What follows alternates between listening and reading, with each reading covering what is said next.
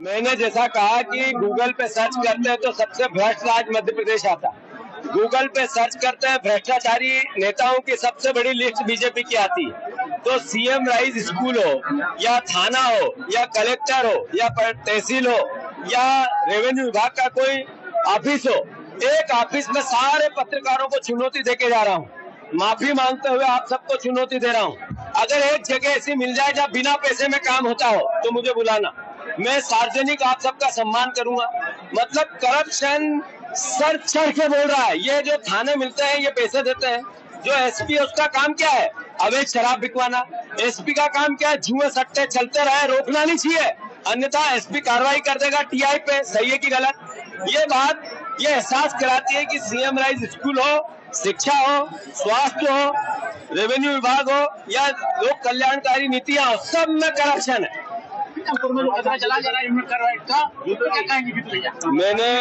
मैंने अभी बयान दिया था भोपाल में कि भारतीय जनता पार्टी को लगातार सरकार मिली, बीजेपी पे लोगों ने भरोसा किया।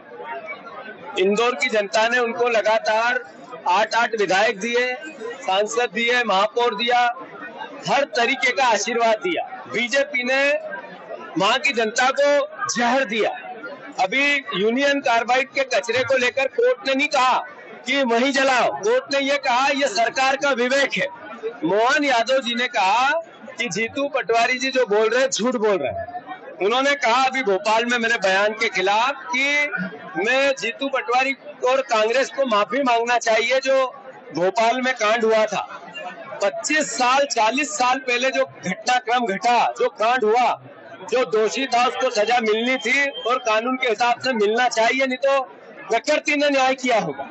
मैं 25 साल पहले की बात नहीं करना चाहता, 40 साल पहले की बात नहीं करना चाहता, मैं वर्तमान की बात करना चाहता हूँ जब आप मुख्यमंत्री हो। अभी इंदौर शहर को, पीथमपुर की जनता को आप जहर परोस रहे हो और सवाल हमसे कर रहे हो। मोहन यादव जी, शर्म आनी चाहिए आपको। एहसास नहीं हो रहा आपको कि आप कितना बड़ा पाप कर रहे हैं? वक्त बताएगा कि आपको इस पाप की सजा जनता, भारतीय जनता पार्टी को, इंदौर की जनता कितना देती है। देता हूँ 3 कारण है उसके। एक तो ये कि आप लोगों का जो लाड़ प्यार दुलार, बहुत प्रेशर होता है आपके ऊपर, फिर भी मेरे पे बहुत करते हो आप। इसके लिए मैं आपके कारण थोड़ी ताकत मेरी बढ़ती है, इसके लिए सबको साधुवाद।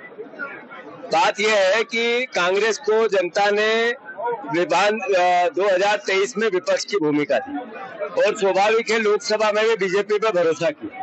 पर किस कारण से विधानसभा में और लोकसभा में बीजेपी पे भरोसा किया गया था, वो वचन पत्र, वो संकल्प पत्र जो शिवराज सिंह चौहान यहाँ के सांसद, विधायक रहते हुए, मुख्यमंत्री रहते हुए जिन्होंने बोला था, एक भी कुछ पूरा नहीं किया। वो चाहे 2700 के गेहूं की बात हो, चाहे 3100 के धान की बात हो, चाहे बहनों के 3000 रुपए लाडली बहना के नाम के हो, चाहे 450 का गैस सिलेंडर हो, चाहे 2.5 लाख नौकरियां हो, चाहे 6000 रुपए की सोयाबीन हो।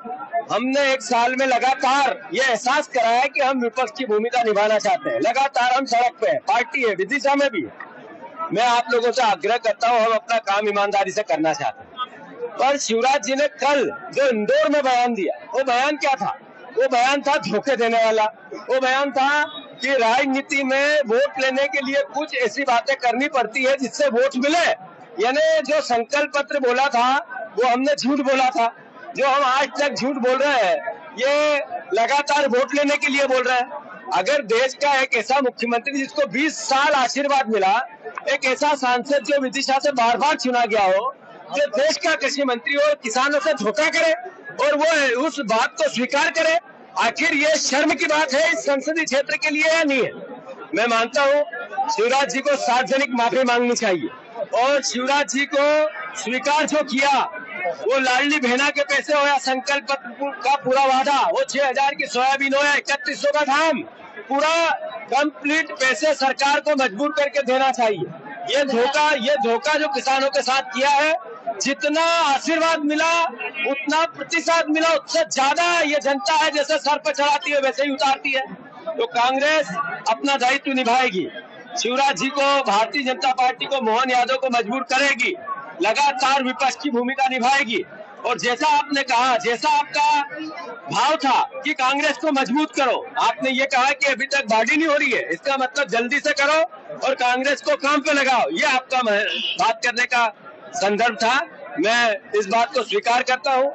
संघर्ष का पर्व है हमारे लिए संगठन का 2025, उसमें हम पंचायत कांग्रेस कमेटी बनाना चाहते हैं नए तरीके से। ये पहला नवाचार है देश में। हम मोहल्ला कमेटी बनाना चाहते हैं शहरी क्षेत्र में। हम सारे ब्लॉक अध्यक्ष 15 दिन, 20 दिन, 1 महीने के अंदर नए करना चाहते हैं। जिला अध्यक्षों की भूमिका फिर से नई तय करना चाहते हैं और सबसे महत्वपूर्ण ताकत प्रदेश अध्यक्ष जैसी ताकत जिला अध्यक्ष के पास हो, इतने अधिकार देना चाहते हैं। पार्टी में नवाचार हो रहे हैं, थोड़ी देरी हुई है, पर इस महीने के अंत तक जो अगला महीना मार्च का आएगा, सब संगठन के हर स्तर पर हम पूर्णता लाएंगे। धन्यवाद।